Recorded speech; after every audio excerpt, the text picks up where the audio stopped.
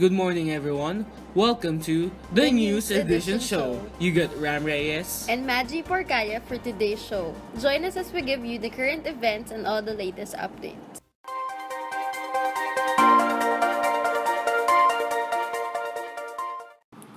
Partner, have you heard of the Zika virus? Is that the disease that comes from the mosquitoes?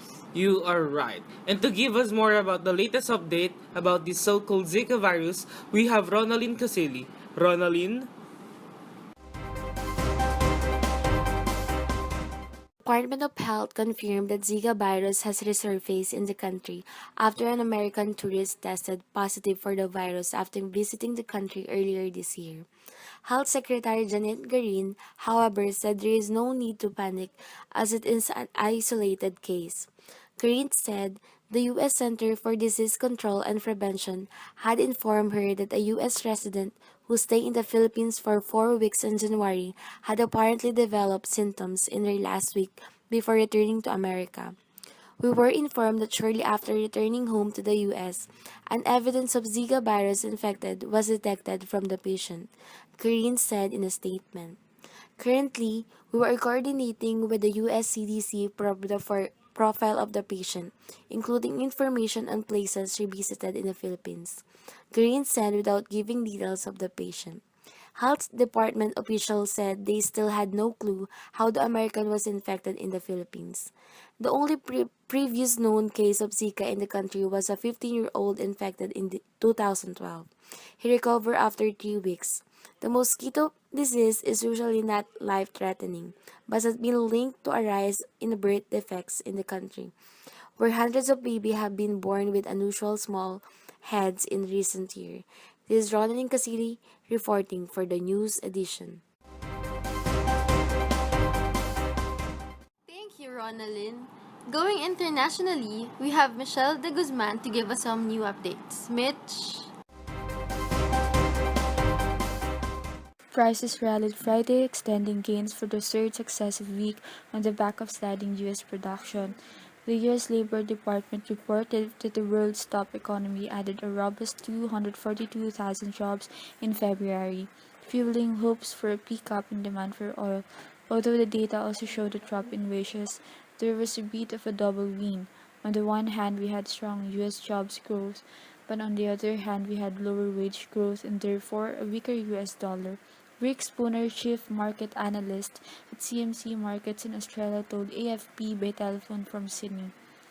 There's ongoing momentum in commodity prices generally, and oil is part of that. Bloomberg's news said U.S. drillers have slashed the number of active rigs to their lowest level in more than 6 years. However, analyst says that for an even greater gain for battered commodity prices, there need to be production cuts in the Organization of the Petroleum Exporting Countries, or OPEC. We're a long way away from any production cut agreement. The market did react to the initial announcement of meetings, but since then, there hasn't been much to give markets any encouragement, Spooner said. Saudi Arabia, Russia, Qatar, and Venezuela agreed on February 16 in Doha that they would freeze output if other producers followed suit. African oil kingpin Nigeria said last week key crude producers plan to meet in Russia later this month to discuss the proposed output freeze. The oil markets will continue to watch closely the negotiations with other OPEC producers, and economic data coming out of China and the Eurozone, said Sanjeev Gupta, head of the Asia Pacific Oil and Gas Practice at A. This is Michelle Ross reporting at the News Edition. Thank you, Mitch. And now to give us the news about the Muslims, we have Lois Nicolas. Go, Lois. Muslims in Manila decry attack against Saudi cleric. Hundreds of Muslims in Metro Manila staged a rally in Green Hills, San Juan at around 2 in the afternoon on Friday, March 4, to condemn the attack against Saudi nationals Dr. Aid Al-Qarni and Sheikh Turki Asai. The rallyists asked for a thorough investigation and swift justice for the cleric and his companion. They reasoned that although the shooter was killed on the spot and 2 of his companions were already jailed, there must be a mastermind who ordered the assassination. One who should answer to the crime. The rally was organized by the Ulama Council of the Philippines, Muslim community leaders in Manila, and Muslim Green Hills Traders Association. They said that Dr. Alcarni visited the Philippines for peace, and the shooting incident caused them too much sorrow. Wilson Baunto, a Muslim missionary who joined the rally, also cried foul as some media outlets reported that Dr. Alcarnis called for jihad against the United States. He said he is alarmed that some reports made it appear that the attempted assassination was justifiable. The cleric and his companion came to the Philippines following the invitation of the Ulama Council of Zamboanga Peninsula. On their Facebook page, the council posted an official statement asking for restraint and urging against inciting people to violence. This is a time for sobriety and solidarity of the Muslims and non-Muslims alike, and not a cause of strife and division, according to the council. Dr. Alcarni and Sheikh Asahi were shot as they were leaving Western Mindanao University campus in Zamboanga City last Tuesday, March 1, after giving a free lecture called Don't Be Sad to 5,000 attendees at the Dr. Juanito Bruno Gymnasium. This is Lois Nicolas reporting for the news edition. Thank you, Lois, for the updates. We have more news after this break.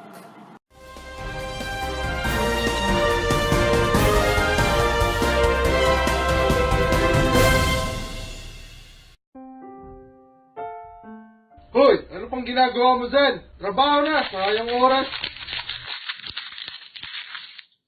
Maraming bata ang nawawalay sa kanilang pamilya dahil sa kahirapan. Bawat bata ay may karapatang matuto, pero ang mga batang ito hindi natatamasa ang kanilang karapatang pantao.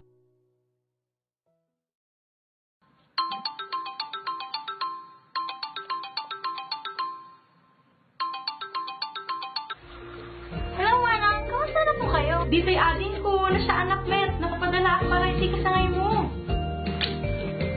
Salamat, Manang. I love you. Sa umaga, sa tanghali, o maging takip silim, ikaw lang maasahan, o Hermex. Hermex, delivering the future. Ang kakulangan sa pondo ng edukasyon ay ang rason sa pagbaba ng bilang ng nakakapagtapos. Bakit nga ba hindi napagtutuunan ng pansin ng edukasyon? Kahit na ang kabataan ang pag-asa ng ating henerasyon.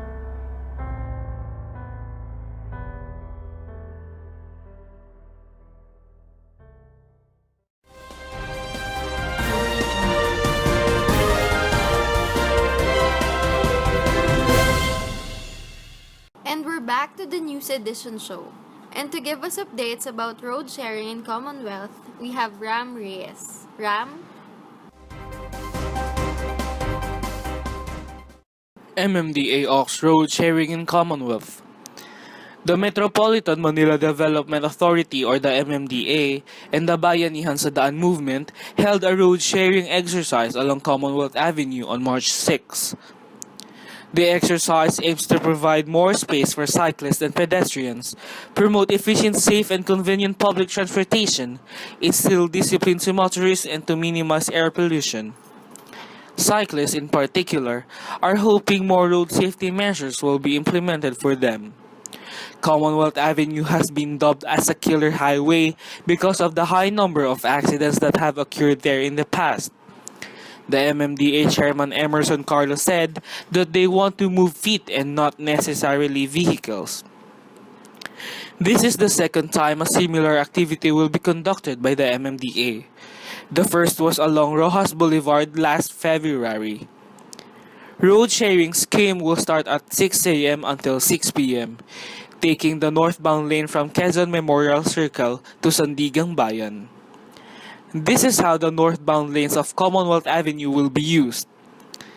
From lanes 1 to 3 for private vehicles, lane 4 for motorcycles, lane 5 for buses and jeepneys, Lane 6 to 7 as loading and unloading bays for public vehicles, and Lane 8 for cyclists. The MMDA hopes to conduct this activity weekly or once a month until the public adopts a road sharing culture. This has been Ram Reyes for News Edition Show. Thank you, Ram. And we have a news update about the case of the Ebola virus. To give us more information, we have Maggie Porcalia. Maggie? UK nurse who had Ebola hospitalized again for complication. For the second time, a Scottish nurse who contracted Ebola 14 months ago has been hospitalized for a late complication from the original infection. Pauline Cafferkey has been admitted to London's Royal Free Hospital due to a late complication from her previous infection by the Ebola virus, the hospital said Tuesday. The hospital did not specify when she was admitted, but the nurse will be treated by the hospital's infectious diseases team under nationally agreed guidelines, it said. The hospital also did not say what the complication was.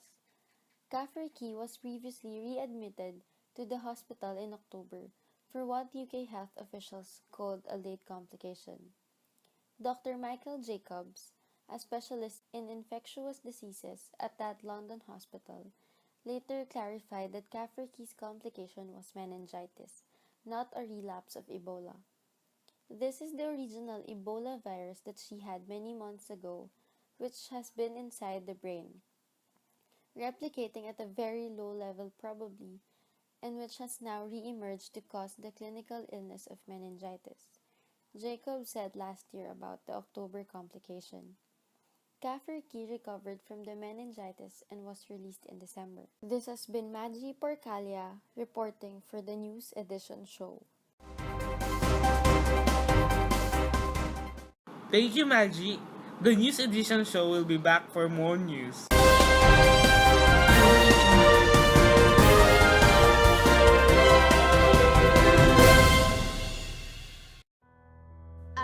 Ang kakulangan sa pondo ng edukasyon ay ang rason sa pagbaba ng bilang ng nakakapagtapos. Bakit nga ba hindi napagtutuunan ng pansin ng edukasyon? Kahit na ang kabataan ang pag-asa ng ating henerasyon.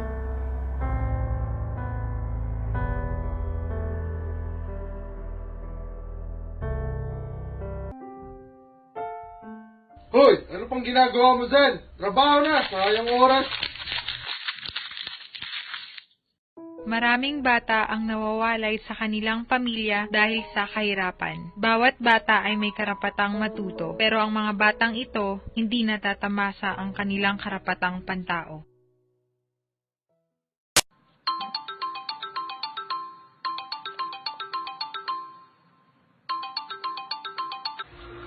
Hello, Manang. Kamusta na po kayo? Di ading ko na sa anak met. Napapadala ako para hindi kasangay mo.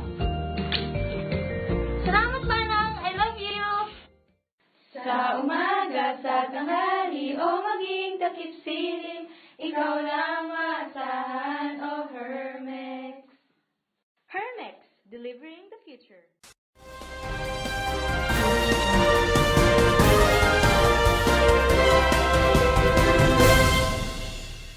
And you're still listening to the News Edition show. And now, to give us news update about the joint naval exercises, we have Michelle Ross de Guzman. Mitch? The Philippines won't take part in joint naval exercises planned by the United States, Japan, and India in waters close to the South China Sea, Malacanang said Sunday. Asked about the implication of such exercises amid regional tensions and China's likely response, Presidential Communications Secretary Herminio Coloma Jr. said that the Philippines was not a party to the maneuvers by the three navies. The reported joint naval exercises near the South China Sea do not involve the Philippines in any way, he said. It will thus be speculative to comment on its possible impact on concerns regarding the South China Sea, Coloma added. According to U.S. media reports, Washington, New Delhi, and Tokyo will stage their exercises later this year as part of an annual event between the U.S. and Indian navies that has expanded to include Japan. U.S. media described the U.S., Japan, India exercises as a sign of closer cooperation amid concerns about China's military ambitions in the South China Sea. This is Michelle Ross de Guzman reporting for the news edition. Thank you, Mitch. And we're down now to our last news update for today's show. Heading off to sports, we have Lois Nicolas. Lois. Philippine Davis Coppers sweep Kuwait in day one. The Sabona Luwalier Philippine Davis Cup team got off to a perfect start in their 2016 Davis Cup campaign after sweeping Kuwait 2-0 in the opening day of the tournament on Friday, March 4 at the Valle Verde Country Club.